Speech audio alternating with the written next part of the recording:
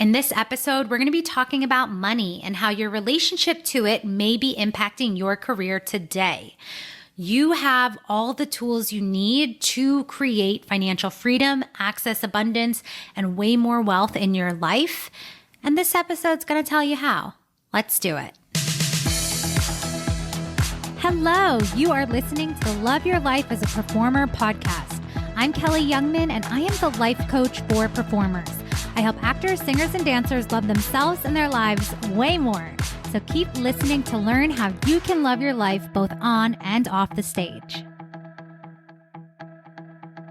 Hello, and welcome back to episode 8 of the Love Your Life as a Performer podcast. I just have to share that I got back from Spain yesterday, and I am just still processing the fact that we got to take this amazing trip. And something that I kept saying was like, oh my gosh, this is like a once in a lifetime trip. And I kept having to stop myself because I was like, wait a second, Kelly, this is not once in a lifetime. You get to have a life where you can travel as much as you want. You get to create a life where you can have these kinds of experiences and you get to normalize that this is who you are now.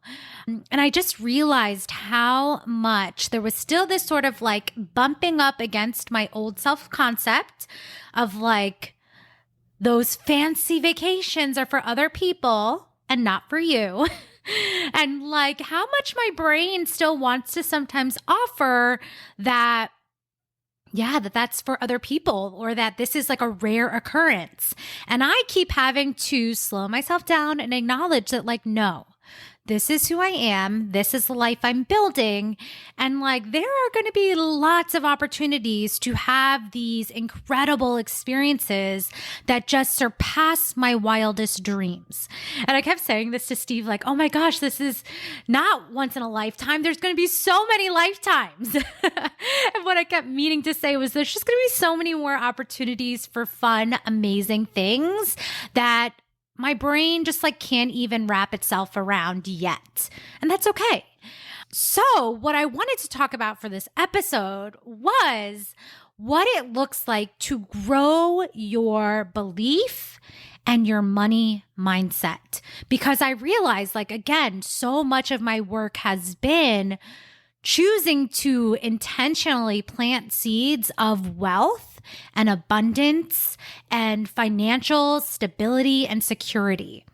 And I look back and I remember like genuinely being the person who felt so freaking broke all of the time. And I've kind of like sprinkled it in some of the previous episodes.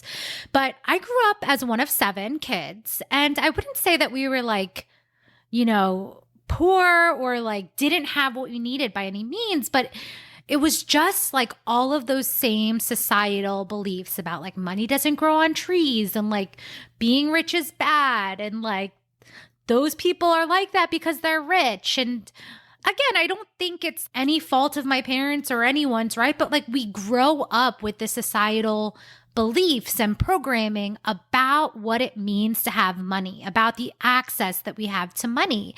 And I think it's so important for performers to be aware of because there is this sort of like starving artist myth or starving artist perception of like, if you choose to be in the arts, you are not going to be comfortable. You are going to be struggling for money. You're going to have to live really sort of like broke all of the time.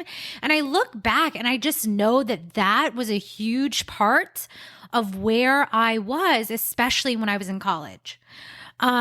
Some of you may or may not know this, but when I was in college, one of my younger brothers was diagnosed with cancer and he was going through chemo and all of the things. So there was a time where my family was struggling. And so when I was in college and I was sort of accruing debt and loans and sort of navigating what it meant to be a performer at that age, where I was starting to learn what it felt like to support myself with like my work study income and working at the to Ailey school on the weekends when I was in college. Like there was just all of this heaviness around the responsibility of what it meant to own that financial independence and to take on what it meant to try and create financial stability. So I just want to share this because if there's anyone out there that's like feeling like money is the thing that's making all of your decisions, right? If you're thinking like, I can't do that because I don't have the money, right? Like I just want to emphasize that anything is possible for you.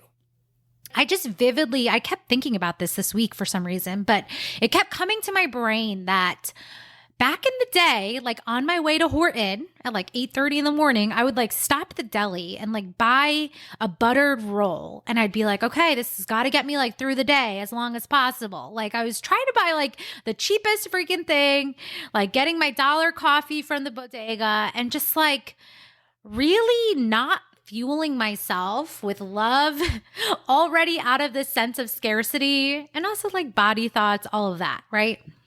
But it was just like, what can I get that is the cheapest? Like, how can I save more money? How can I try to navigate having this little bit of money that I have, right? How can I manage this little bit of money that I have right now and not lose any of it or, you know, be irresponsible with it? And the thing was, now looking back, is like, those were the exact thoughts that kept me in the space of scarcity and lack and fear around money, right? Like the idea of like, I don't have enough. And then when I would have like a freaking surplus or I would get like, you know, a bigger check or things like that, then I'd be like, oh my God, I have to like spend this and indulge because I never, ever have enough for myself, right? Like my biggest belief was that I just never had enough. So anytime I had more than enough, I would go out and spend it. And so this created a big cycle for me. And if this sounds familiar, just hang in there because it's going to get better. And if it's not familiar, great. Like also listen in for like where this might apply in other areas of your life, right? Where maybe it's not scarcity of money, but it's scarcity of time or scarcity of opportunities. Anytime we're in that lack, it's just never going to align us with the abundance and creating more. When we're only thinking about what's right here in front of us and like just air quote managing what's right here, we're not creating the space and the possibility to receive more, right? Like back then I was never thinking, well, actually, that's a lie. I was thinking, how can I make more money? But I wasn't thinking, like, how can I tap into what's valuable about me? Right? Like, what do I already have that's valuable? I was thinking, like, I had to go out and find something else or get just like the easiest, simplest job as a performer, which was like mostly waiting tables, right? Like, zero commitment, no big thing. Like, just go make like fast, easy, simple money. And so, all of this to say, I just think there's like a missed opportunity for a lot of performers to realize that what you have, who you are, is valuable, that you can create value, that you can create and access more money just by tapping into who you are. So the first thing that needs to happen if you are in the camp of like struggling with money or thinking that it's hard to be a performer and have money or have the lifestyle you want to have, right? Like I used to always think that I was never, ever going to get to be happy or like have the kind of life I wanted until I married someone rich or until I finally made it to Broadway or finally booked that big contract, right? I used to think like that was the thing that was going to allow me to feel wealthy and abundant and sufficient. And what I learned is that it's not those outside things that create the feeling, right? It actually is us. The feeling comes from us. And you have to be willing to feel the feeling of wealth, to tap into raising your own self-concept, what you think about yourself with money in order to have access to more money. It's not the circumstances that create more money. It's you. It's how you feel and think and, vibrate about wealth, which is something that really took me a long time to figure out. And so I just want you to check in with yourself. When you think of yourself and the amount of money that you have, how does it feel? Like, does it feel good? Does it feel tight? Does it feel scary? Does it feel exciting?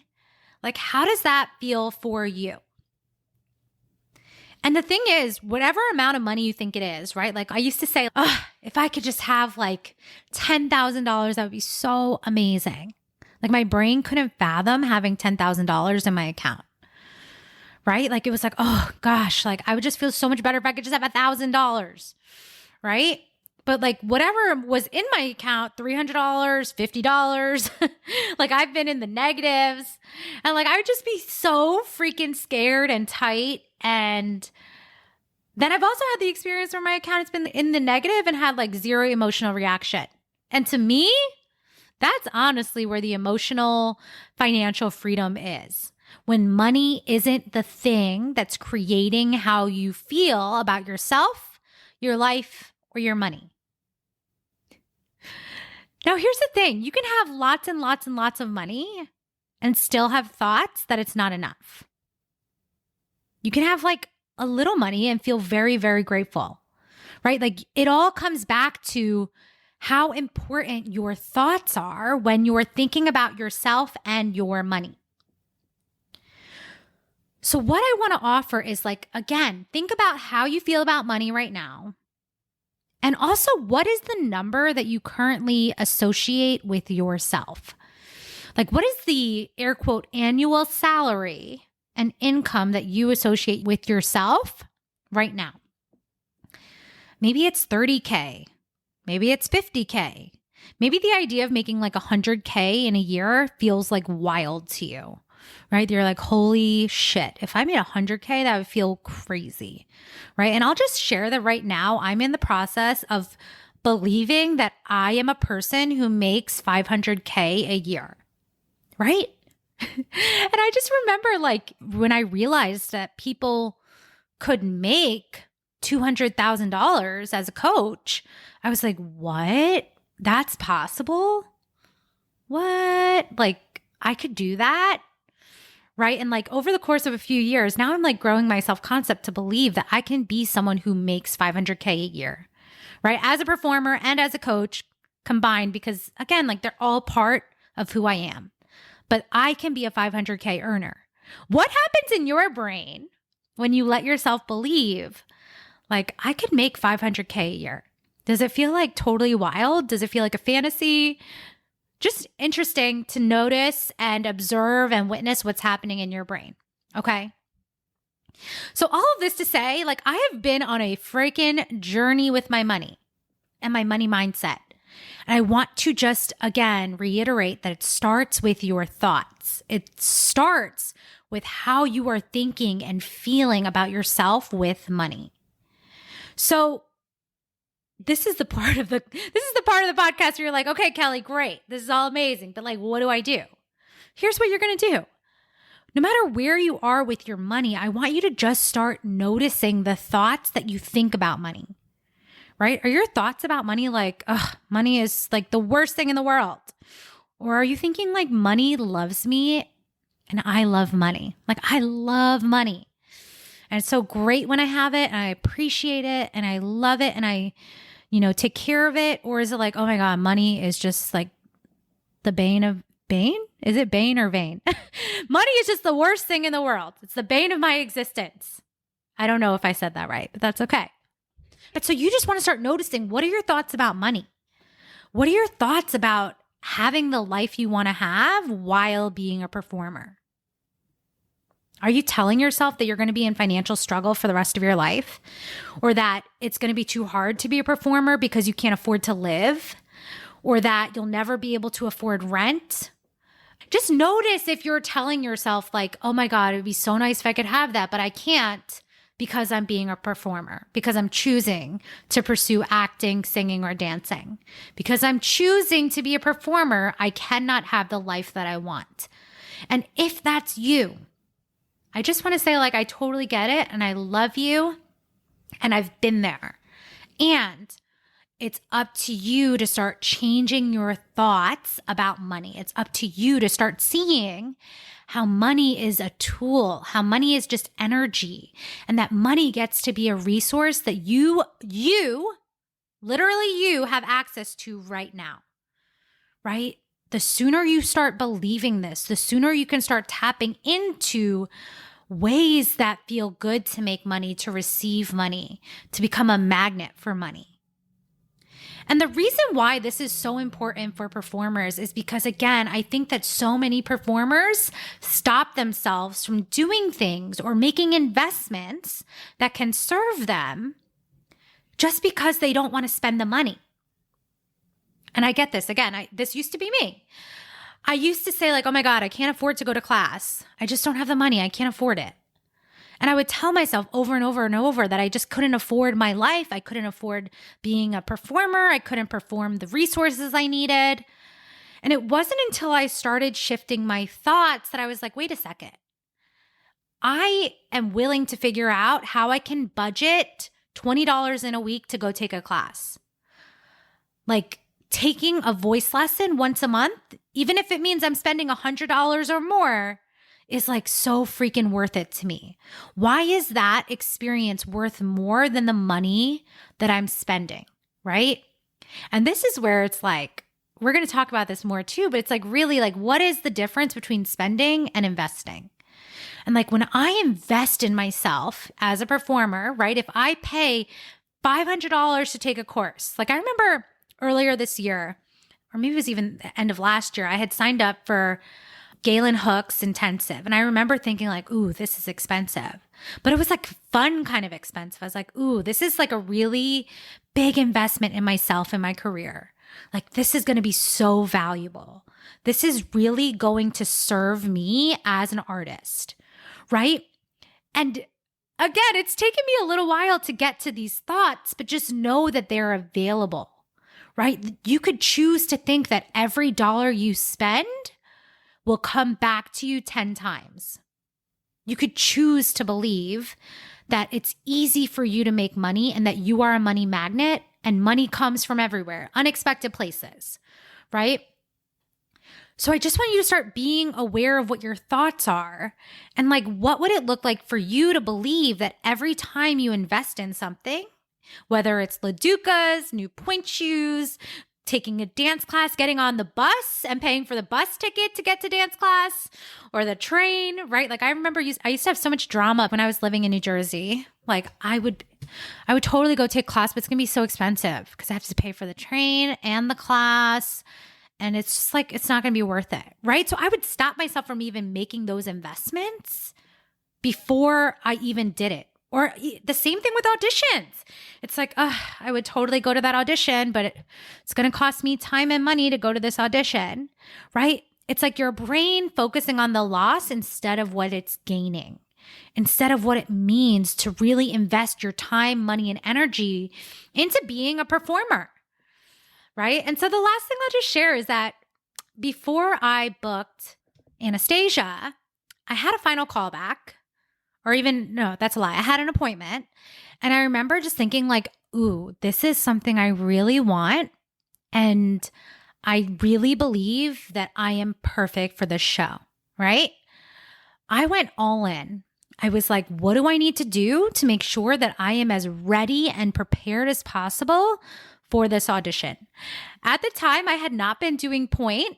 And I remember like literally being like, I better go out and buy some pointe shoes. I got to be taking ballet class and like taking pointe class.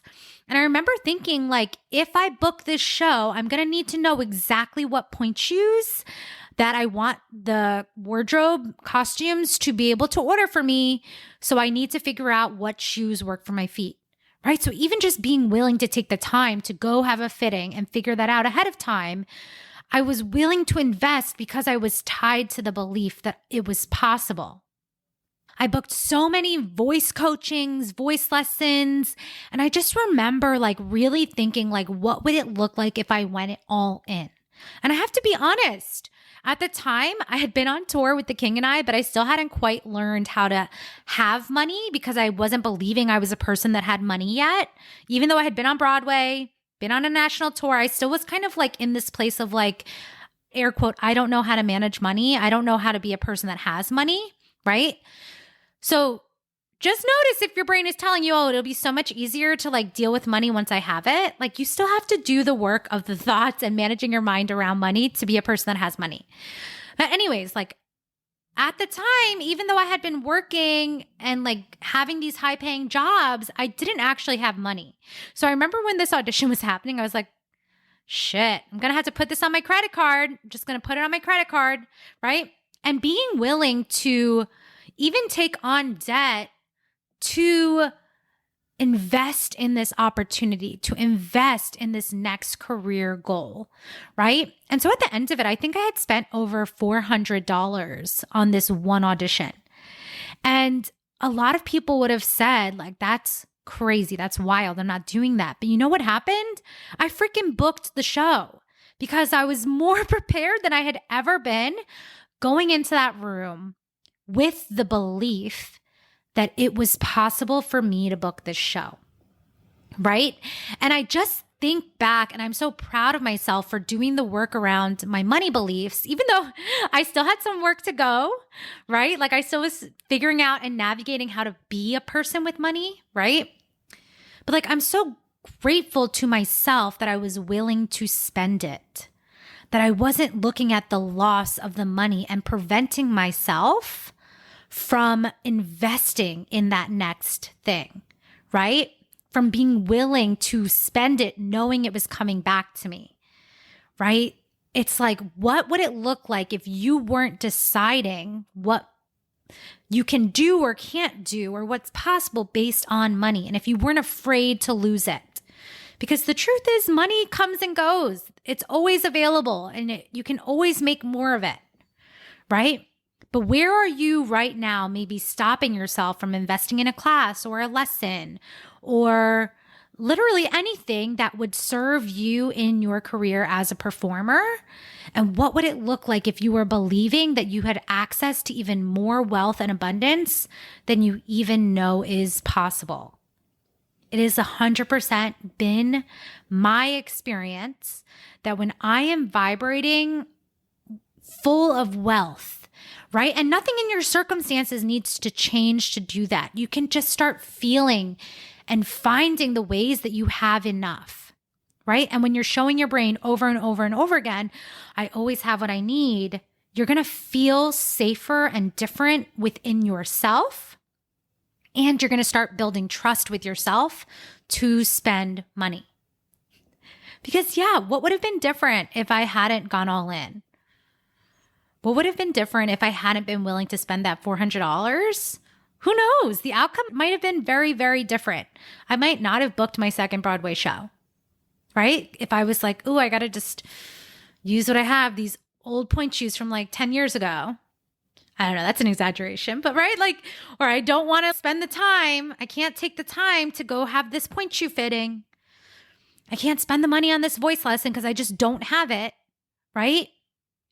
I'm not saying you have to go into debt, but like, what does it look like for you to not be afraid of it? To know that no matter where you end up, you'll always have exactly what you need. We're going to keep talking about this because I think it's really, really important. And again, like every performer could be a 500K earner. I really think that. Like every performer can have the lifestyle that they want to have right now. And if you're not yet believing it's possible for you, why not? Why not you?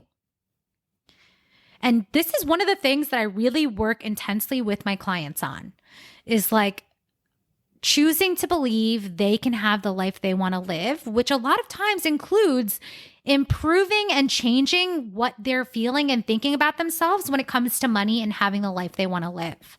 So if this episode really speaks to you, just know that you can join my waitlist now. Head to kellyyoungmanwellness.com/waitlist, and you can get on my waitlist for one-on-one coaching.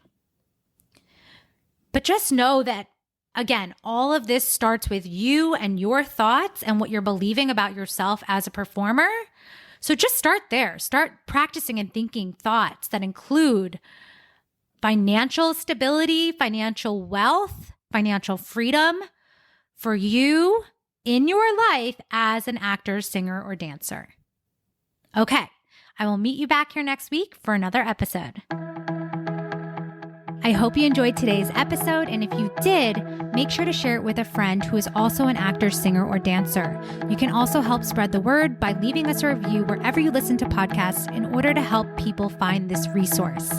Lastly, you can find me on Instagram at Kelly Youngman Wellness, and if you're interested in coaching, make sure to head to kellyyoungmanwellness.com/waitlist to join my list now. See you soon.